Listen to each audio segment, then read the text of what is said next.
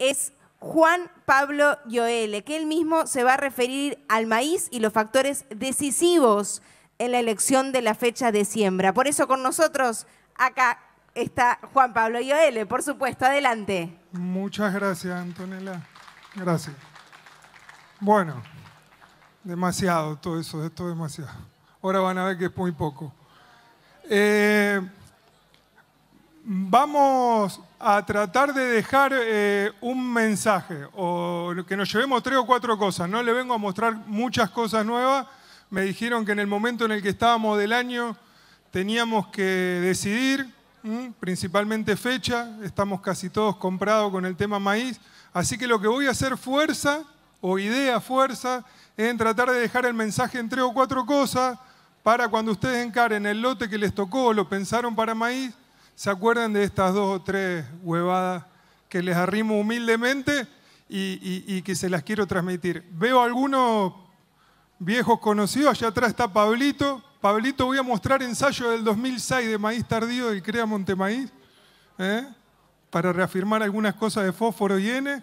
Así que, bueno, se va a tratar de contar cosas. Si no se entiende lo que digo, me avisan que el problema soy yo.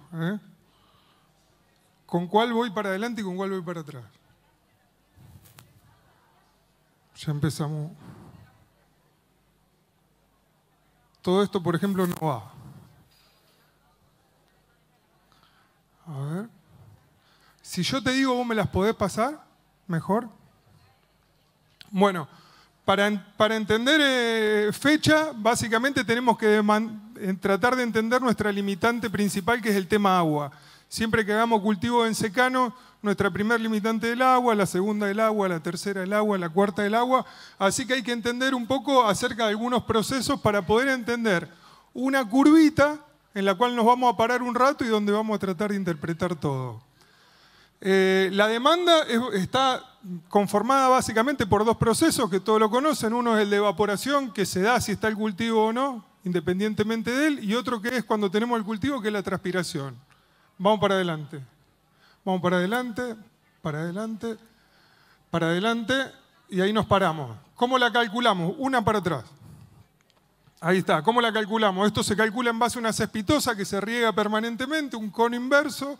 Se calcula esa transpiración y evapotranspiración que tiene, se lo multiplica por un factor del cultivo, en este caso el maíz, y eso nos permite calcular la demanda entre lo que evapora y lo que demanda como transpiración para enfrentarla a la curva de precipitación histórica del lugar donde vamos a sembrar maíz. Vamos. Esta. Si entendemos este cuadrito, entendemos todo. Parece una pavada, pero en base a este cuadro, cada vez que lo miremos en la zona donde estemos parados, vamos a ver qué es lo que podemos hacer y lo que no podemos hacer. Lo que está en rojo, no punteado, es la evapotranspiración, calculada como se las enseñé recién, la evapo durante el año, ahí tiene calculada la demanda de la transpiración y te arma la curva de evapotranspiración. En la punteada tenés los máximos y los mínimos. Y lo que está en azul es la oferta, es la precipitación histórica del año 71, ahora.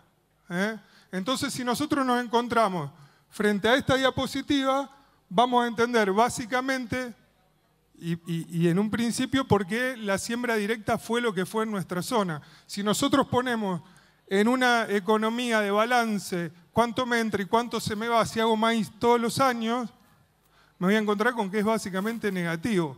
Pero gracias a que dejé de mover y que cuento con agua abajo, gracias a toda esa microporosidad y macroporosidad que se encarga de almacenar agua, sumándole napa en algunos ambientes, es que podemos tener los potenciales de rendimiento que tenemos. Ahora fíjense, no, vamos a ir para adelante y después vamos a ir para atrás. Vamos para adelante. Vamos más. Uy, salieron todas, che. Todas las que oculté salieron. Dale para adelante, yo te digo, dale.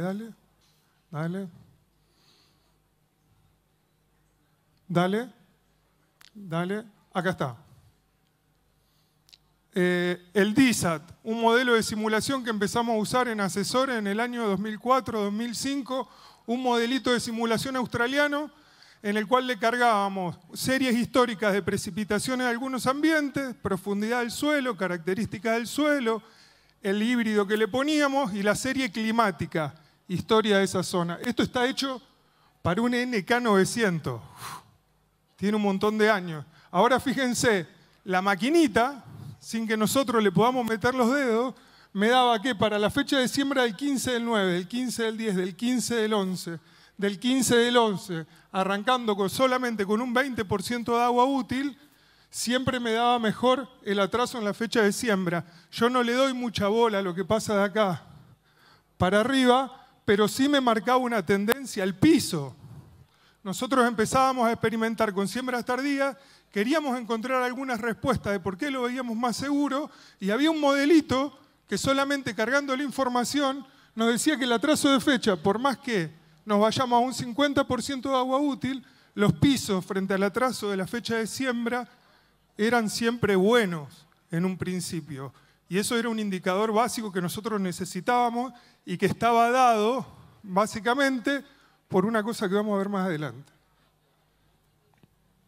Esto es aburrido, vamos, es lo mismo. Acá está. Esta es la segunda diapositiva clave para entender el proceso de decisión de fecha de un material o no. Esta es la misma curva que les mostré antes en azul, que era la de precipitaciones, ahora la tenemos en verde. Y lo que vamos a simular es un consumo de maíz temprano y después vamos a simular el consumo de un maíz tardío. Esto está hecho para un 2052 de Pioneer. Arrancamos, por lo que entendimos recién. Evaporación, julio, agosto, septiembre, llega el momento de la fecha de siembra, el consumo salta. ¿Por qué salta? Porque además de evaporar, empezó a transpirar. Entonces la demanda sube. Está todo puesto en milímetros, día. Fíjense que la curva de oferta de precipitación histórica frente a la de demanda que te hace un cultivo que no tiene nada abajo, es bastante peor que tengo un ambiente medio flojo, no le tengo fe, en septiembre salen todos a sembrar, me cierro en mi casa, no miro nada, no escucho nada, salen todos a sembrar, me quedo, no quiero escuchar, cierro el galpón, no dejo que saquen el tractor, me quedo en casa. Sigue evaporando, la evaporación de diciembre, siembro en diciembre. Ahí empieza la evapotranspiración del maíz tardío. Fíjense cómo la curva de demanda de ese maíz tardío acompaña mucho mejor a la de oferta histórica de estos ambientes. Pero eso no es solamente la clave, que es lo que estamos tratando de decir de hace un montón de años. No es solo que enfrento mejor la oferta y la demanda de agua, sino que fundamentalmente toda este agua de acá la tengo acá. Y si hay un cultivo de verano que correlaciona muy bien el agua almacenada con rendimiento, ese es el maíz. Entonces son dos factores claves. Uno, que arranco con mucho más agua abajo porque tengo toda la probabilidad de la primavera adentro, y después que lo enfrento a una mejor ecuación de oferta y demanda. Vamos. ¿Se entendió? Entonces, cualquier ambiente para el cual nosotros hayamos comprado el paquete de maíz para este año, nosotros sabemos hoy si estamos frente a un ambiente que almacenó 200, qué capacidad y qué tipo de suelo tenemos. Si no tenemos nada de agua, no solamente nos vamos a enfrentar al pronóstico de un tercer año consecutivo, que ya sabemos que puede o no puede llover, eso es lo que aumenta básicamente, es la probabilidad de que el hecho sea repentino y que no tengamos una ecuación en la cual la distribución sea la fortaleza de ese año. Pero en un año niña por ahí podemos tener 300 milímetros en un mes y después tener 2 meses donde no los tenemos y tenemos la misma cantidad de milímetros para mal distribuidos. Acá lo que intento hacer para comparar un histórico de siembra de maíz tardío con temprano, agarro un suelo con una capacidad más o menos de almacenar 300 milímetros, trazo una línea, una más, en 150 para ver de qué lado más o menos estoy bien y de qué lado estoy mal. Y lo que teníamos antes en una curva de precipitaciones ahora está en barras abajo. Y así construyo el balance hídrico sobre esta banda de 2 metros y de almacenamiento 150 por encima y por abajo. Dale una más. Para la histórica, si nosotros no tendríamos aporte de humedad en el suelo por cobertura, por siembra directa o por napa, para la mayoría de los años nuestra ecuación de balance hídrico para maíz estaría ahí, rayero, como estamos ahora, en los mejores ambientes. El otro estamos mal. Floración, nos toca en la peor ecuación. Fíjense para cuando sembramos en noviembre, ¿a dónde se va? Y cosecha nos toca con el momento de mayor probabilidad de lluvia en el otoño. ¿Esto es importante ahora? No, no es importante, porque gracias a Dios hace, gracias a Dios. Ahora no llueve más, no es más un problema el piso en la recolección, pero tuvimos años donde tomábamos la decisión de maíz tardío en base a poder meter la máquina o no. Dale una más. Para maíz tardío lo más probable es que juguemos con esta primavera adentro, construyendo esta ecuación de balance hídrico, que en floración para la mayoría de los años nos encontremos ahí y que cosecha ya nos encontremos con piso cerca de julio. Vamos, parezco un lobista de la siembra tardía. Vamos, vamos, todo esto no va. Ah, esta está buena, esta está buena. Esta es la que explica, en teoría, la pérdida de potencialidad frente al atraso en la fecha de siembra. Acá lo que tenés es la curva de radiación y la de temperatura. ¿Se ve ahí arriba? La pérdida de potencialidad no está dada por la caída de temperatura en los momentos de definir rinde, porque la temperatura se mantiene, sino que está dada porque tengo más o menos un 80% de intensidad de radiación en ese periodo del que tengo anteriormente. Si yo voy a un periodo crítico sin limitantes de agua en enero, es donde tengo el 100% de la capacidad interceptada de radiación.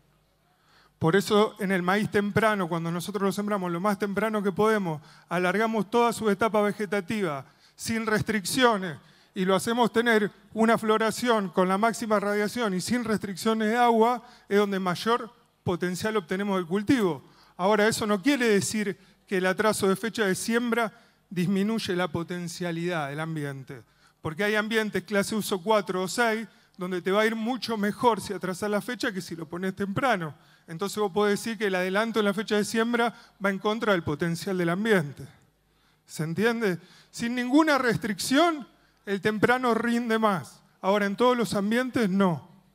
Apenas vos empezás a elaborar restricciones, depende de cómo te trate el agua y la temperatura en los periodos críticos. Vamos. Esto es lo que les contaba antes. En Huinca Cereales, a 11 kilómetros de acá, yendo para Inriville, empezamos poniendo los fratímetros en el año 2006.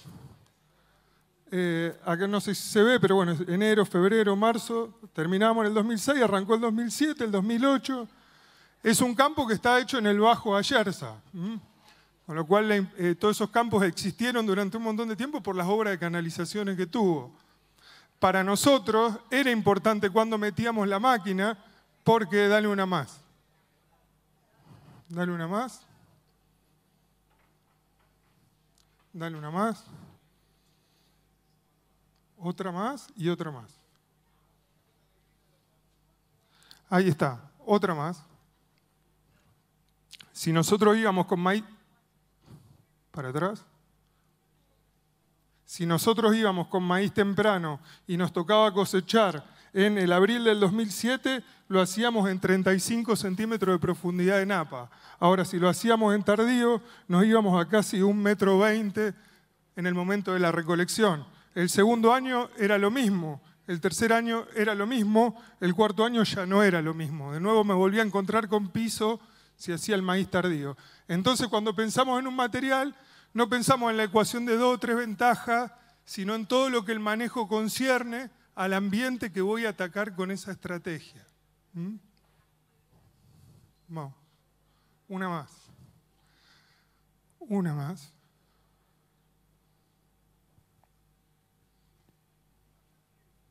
Una pavada, pero lo digo siempre, si movemos la fecha de siembra, movemos la estrategia de fertilización. Tenemos justo el periodo en el cual empieza a entrar el agua y aumenta la temperatura. Muchos de los procesos biológicos que facilitan en la mayoría de los casos la nutrición se van dando a medida que aumentan la temperatura y la disponibilidad de agua. es muy probable que vos en diciembre te encuentres con un poco más de nitrógeno del que te encontrás en septiembre, y es muy probable que en diciembre sea mucho más barato para la planta conseguir fósforo, la misma cantidad de fósforo que tenías en septiembre. Ahora vamos a ver por qué. Vamos. Vamos. Esto no va. Vamos. No. No. ¿Será esta la presentación que le... Bueno, este está bueno. Creo que antes estaba el mismo. A ver, dale una antes. Bueno, una antes. Ahí está.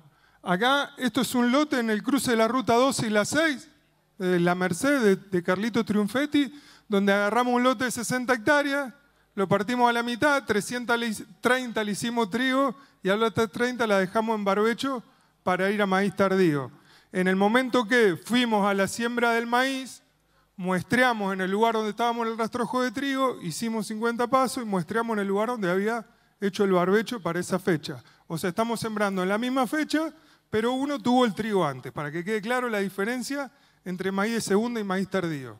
En donde teníamos el trigo, de 0 a 20 teníamos 36 kilos de nitrógeno, de 20 a 40 12 y de 40 a 60 10. Dale una más.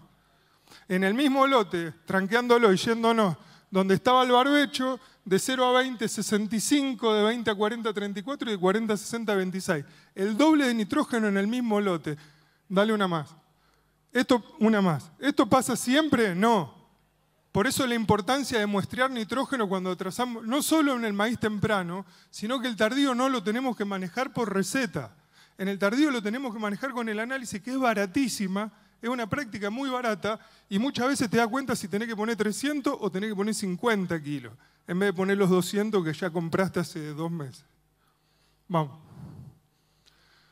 Este dato es para darle más soporte a lo que yo decía antes. Esto es de la región CREA Sur de Santa Fe, 43 ensayos, 7 campañas en los lugares donde se hacen los sitios de ensayos. Este es el muestreo de nitrógeno del suelo para diciembre en el mismo lote, lo que daba para septiembre y octubre, el mismo lote donde se hace el ensayo. Son muchos datos, no es un solo ensayo. Vamos. Dale, esto es malo, aburrido. Dale una más. Este está bueno. Esta. Acá lo que hizo Lucho Ascheri del CREA Montemaíz es poner en una nube rendimiento y oferta total de nitrógeno de 0 a 60, suelo más fertilizante. Y armó una curva con la pendiente de rendimiento. Si nosotros miramos la de tardío, que es la verde, y la celeste, son bastante diferentes. Ahora cuando lo pones en rendimiento relativo, dale una más, te encontrás con que las dos quiebran a la misma cantidad de nitrógeno. ¿Esto qué quiere decir? Que la planta en diciembre es la misma planta que en septiembre, es la misma planta, tiene el mismo tamaño, la misma cantidad de hoja, te hace la misma espiga, los requerimientos de nitrógeno son los mismos, lo que cambia es la cantidad de nitrógeno en el suelo. No es que el maíz que hacemos en diciembre es más barato porque no necesita nitrógeno, es porque le estamos dando nitrógeno. Ahora, si no lo chequeamos porque tuvimos una primavera muy húmeda y fría, es muy probable que estemos estimando nitrógeno que no tenemos.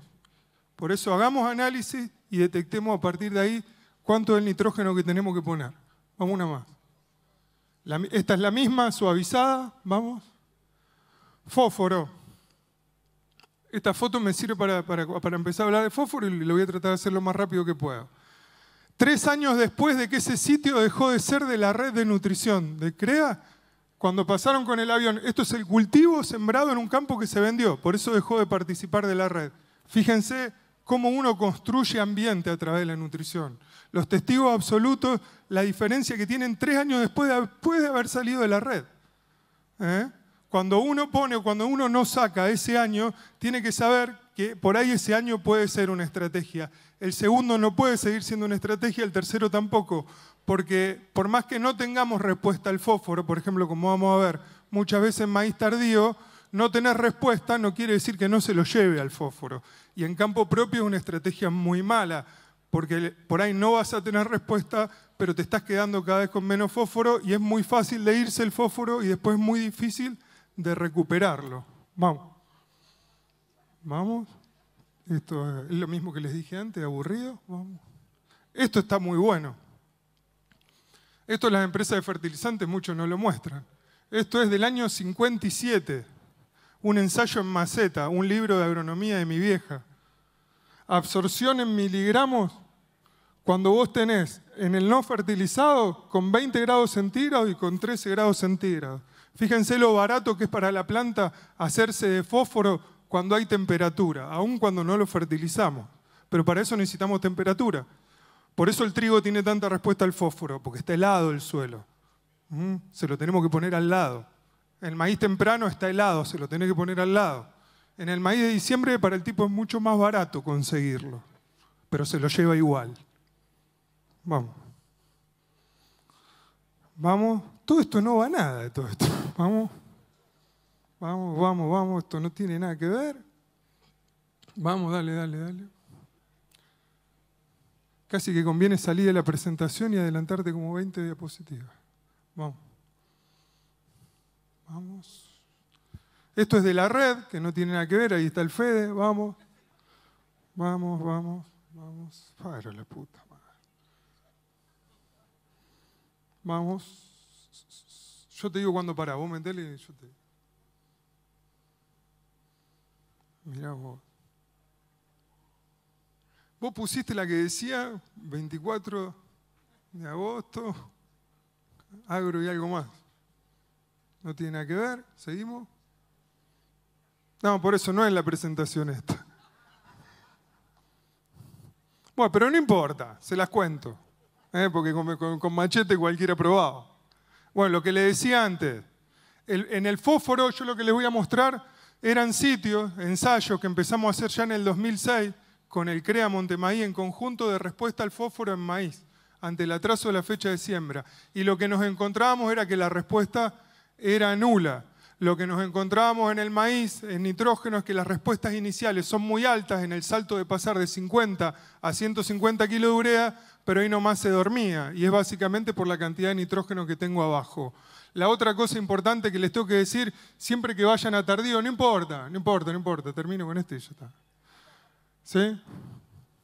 Es que, lo dijo Pali, más o menos, pero siempre que pasen a tardío, tenés temperatura, el desarrollo de lo que es protección es mucho más complicado, así que todo lo que venga en el evento mejor, ya sea para insectos, en el control de maleza, siempre cuando vamos a tardío en lo que es evento de biotecnología es espectacular, porque si alguien me muestra que hace un buen control de cogollero con pulverizaciones, lo acompaño y lo medimos.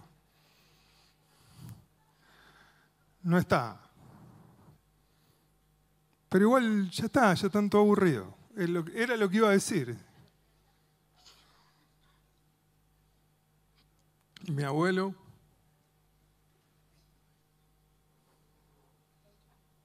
¿Qué? No, no me sale nada. Sé versitos, pero no sé chistes.